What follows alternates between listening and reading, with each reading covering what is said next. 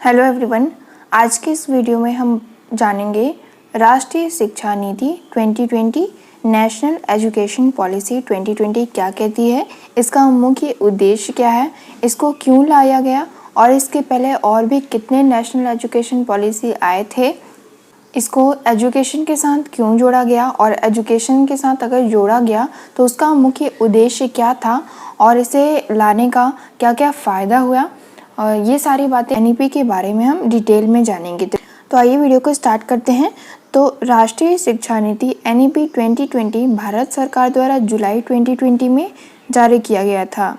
यह नीति दस्तावेज है, ठीक है, जो भारत में शिक्षा की रूपरेखा को रेखांकित करता है। एनईपी का उद्देश्य शिक्षा की गुणवत्ता में सुधार, शिक्षा तक पहुंच में बढ़ावा देना, इक्विटी और समावेश को बढ़ावा देना और 21वीं सदी की ज़रूरतों और मांगों के साथ शिक्षा प्रणाली को संरेखित करने पर ध्यान देने के साथ भारतीय शिक्षा प्रणाली को नया रूप देना और आधुनिक बनाना, ठीक है। एनईपी समग्र और बहुविषयक शिक्षा, शिक्षा प्रशिक्षण और प्रौद्योगिकी एकीकरण पर ध्यान देने के साथ पाठ्यक्रम, शिक्षा शास्त्र, शासन और शिक्षा प्रणाली के वित्त पोषण में महत्वपूर्ण बदलाव का प्रस्ताव है। तो एनईपी के बारे में यहाँ पे डिटेल में दिया है, एनईपी क्या है, इसको एक बार और आप रीड कर सकते हैं। शॉर्ट में यहाँ पे बताया गया है कि एनईपी क्या है, इसे क्यों लाया गया, ठीक है। 21वीं सदी की ज़रूरतों और मांगों को पूरा करने के लिए, उसमें चेंजेस करने के लिए एनईपी को लाया गया था और शिक्षा में पाठ्यक्रमों में सुधार करना, शिक्षा शास्त्र, शासन और शिक्षा प्रणाली के महत्वपूर्ण बदलाव का ये एक प्रस्ताव है, ये एक दस्तावेज है और इसका उद्देश्य कि शिक्षा में की गुणवत्ता में सुधार करना, शिक्षा तक पहुंच को बढ़ाना, जो भी शिक्षा तक नहीं पहुंच पाए हैं उनको शिक्षा से जोड़ना, तो ये इसका मुख्य उद्देश्य था।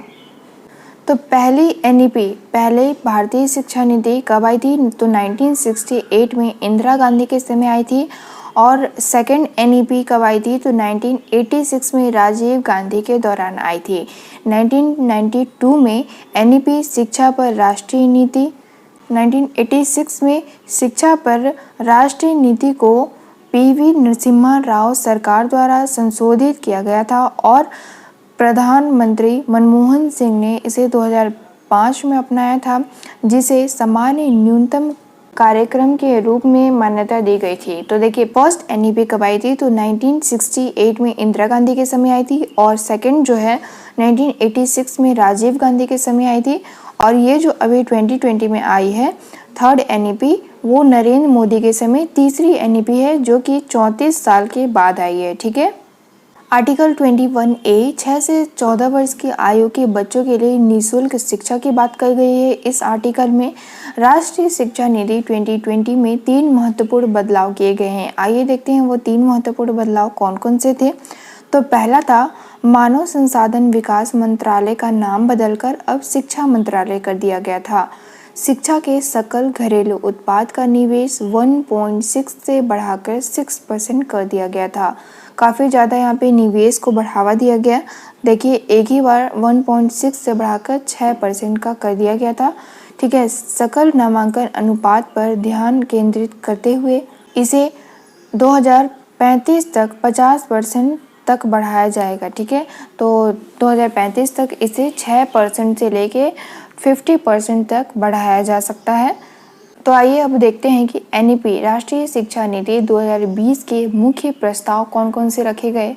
की proposal of the national education policy NEP 2020, कौन कौन से मुख्य प्रस्ताव रखे गए। तो पहला है एनईपी स्कूल के शैक्षणिक ढांचे को 10+2 वर्ष प्रणाली के शिक्षा प्रारूप से 5+3+3+4, ठीक है। ये बहुत ही इंपॉर्टेंट है, आपके हर एग्ज़ाम में ये क्वेश्चन आ चुका है, ठीक है। आप देख सकते हैं जो नेशनल एजुकेशन पॉलिसी एनईपी 2020 आई है वो कौन से बेस पर है, तो 5+3+3+4 के प्रारूप में बदल दिया गया है इसको। पहले जो शिक्षा प्रणाली थी वो कौन से इसमें थी, तो 10+2 में थी, अब इसको बदल के 5+3+3+4 के प्रारूप में कर दिया गया है।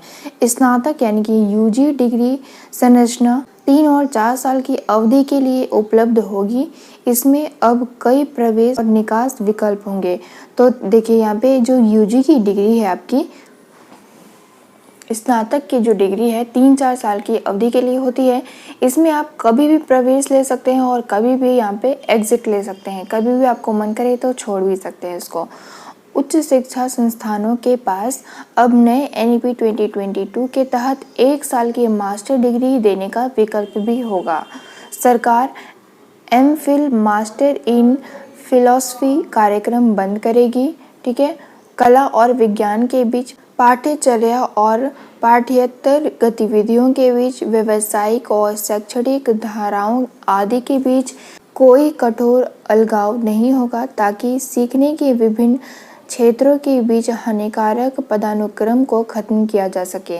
तो ये कुछ महत्वपूर्ण बातें थी जो कि NEP प्रस्ताव के रूप में रखा गया था। ठीक है। आइए अब हम देखते हैं कि NEP 2020 में त्रिभाषा सूत्र कौन कौन से रखे गए थे।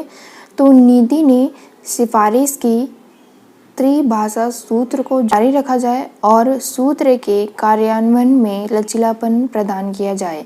त्रिभाषा सूत्र में कहा गया है कि राज्य सरकारों को हिंदी भाषी राज्य में हिंदी और अंग्रेजी के अलावा एक आधुनिक भारतीय भाषा अधिमान्यतः दक्षिण भाषाओं में से एक के अध्ययन को और गैर हिंदी भाषी राज्य में क्षेत्रीय भाषा और अंग्रेजी के साथ साथ हिंदी भाषा के अध्ययन को अपनाना और लागू करना चाहिए। तो यहाँ पे देखिए कहा गया है कि जो हिंदी भाषी राज्य है उसमें हिंदी और इंग्लिश के साथ साथ एक आधुनिक भाषा भी जोड़ा जाएगा। उस आधुनिक भाषा के बारे में छात्रों को सिखाया जाएगा उस भाषा के बारे में, और अधिकतम दक्षिणी भाषा में से एक के अध्ययन को और गैर हिंदी भाषा क्षेत्रों में क्षेत्रीय भाषा और अंग्रेजी के साथ साथ हिंदी भाषा के अध्ययन को भी लागू किया जाएगा। तो यहाँ पे 3 भाषा छात्रों को सिखाने पर जोर दिया गया है, एक हिंदी, इंग्लिश और क्षेत्रीय भाषा को छोड़ के एक आधुनिक भाषा भी बच्चों को सिखाया जाएगा। तो ये त्रिभाषा सूत्र थे NEP के। इसका मुख्य उद्देश्य शिक्षा और सीखने पर ध्यान केंद्रित करना और भारत को एक वैश्विक ज्ञान महाशक्ति बनाना है। तो ये नेशनल एजुकेशन पॉलिसी के बारे में मैंने सारी बातें आपको बता दी है। इसका मुख्य उद्देश्य क्या था, इसे क्यों लाया गया, ठीक है। इसमें त्रिआयाम सूत्र कौन कौन से दिए गए, इसके मुख्य 3 बिंदु कौन कौन से महत्वपूर्ण थे, ये सारी बातें मैंने आपको बताया। अगर कोई डाउट होता है कमेंट करके पूछ सकते हैं। वीडियो अच्छा लगा हो तो लाइक करिएगा, चैनल को सब्सक्राइब कर दीजिएगा ताकि आने वाले जितने भी कॉम्पिटिशन एग्ज़ाम की अपडेट होंगी उसका नोटिफिकेशन आपको मिलता रहे और उसकी तैयारी के लिए भी आप तैयार रहें। भर्ती से रिलेटेड जितने भी इम्पोर्टेंट टॉपिक होंगे वो सारे आगे आने वाले वीडियो में मैं कवर करूंगी। तो चैनल से जुड़ जाएं, चैनल को सब्सक्राइब कर दें। मिलते हैं नेक्स्ट वीडियो में नेक्स्ट अपडेट के साथ। Thank you.